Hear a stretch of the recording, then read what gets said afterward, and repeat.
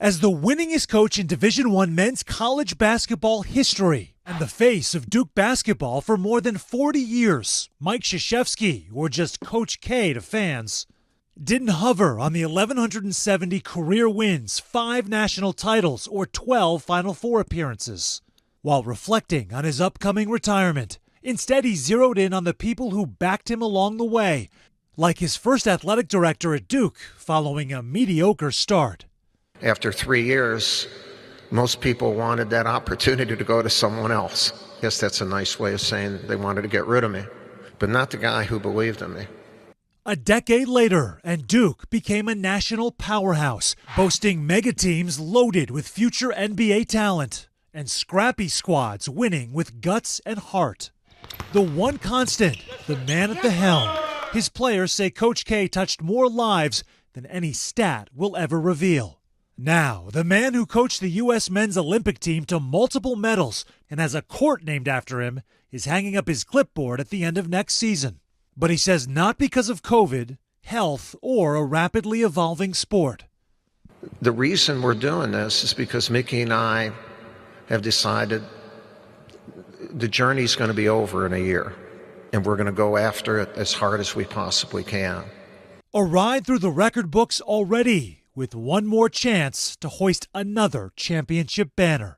For today, Sam Brock, NBC News. How honored are we? We've got Coach K with us now. Coach, it's great to see you this morning. Just thinking about Thank you. It's like a 41-year love affair, and at the end of it, you're saying goodbye. And I was thinking, how does it feel at the end of all of those years? Well, the end is going to come next April, hopefully, because that's when the Final Four is on.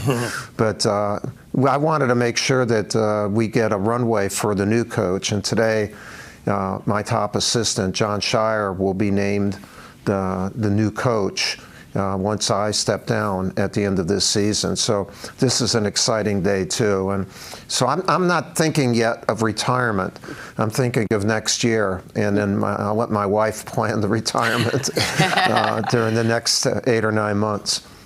Coach, of all the achievements, all the accolades on the court, no one's won more games. You've taken that squad of yours to 5 national championships. You've sent more players to the NBA than any other active college coach. What matters most to you of all of those accomplishments? Well, I think the reason I got in it was relationships, to have an impact on the young men that you have the honor to coach. That's why I got into coaching. When I was 16, my coach had that impact on me and one of my teachers in high school. And I wanted to be a coach since I was 16 years old. And that was the reason. Now, the wins come as a result of having great relationships, not just with an individual player, but with a group of players, and having developed relationships among them. And then you play as one. And that's been my goal every year. Sometimes it's achieved at a high level. Sometimes it's not. You're never always successful. But I think that's always been the basis of how I coached. And the X's and O's will look a lot better if the X's and O's get along with one another. I was thinking about it, 41 years as the head coach at Duke, but you're not the same man and you're not the same coach that you were when you started all those years ago. And it seems that's a hallmark of your tenure, that you did change, you have adapted, you have been flexible. How do you feel that you're different from when you began? Oh, I know a lot more. I have better balance. I have 10 grandchildren now. That's a big thing. But the one constant, I'm always trying to learn, and I think I've listened better. I don't micromanage. I want people to follow their instincts and have the courage to do that, and know that you should be responsible about the environment that you're in, and you shouldn't necessarily just give orders.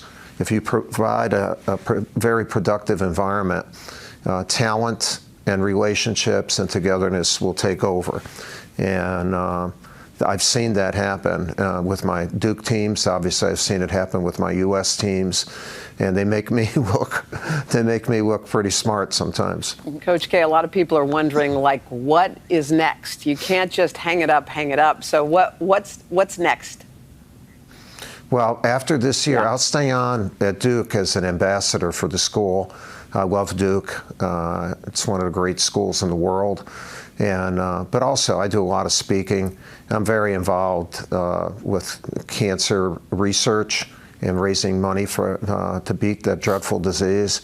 I also have a nonprofit in Durham, the Mike Krzyzewski Center, which services about 2,000 kids in our community, and named after my mom.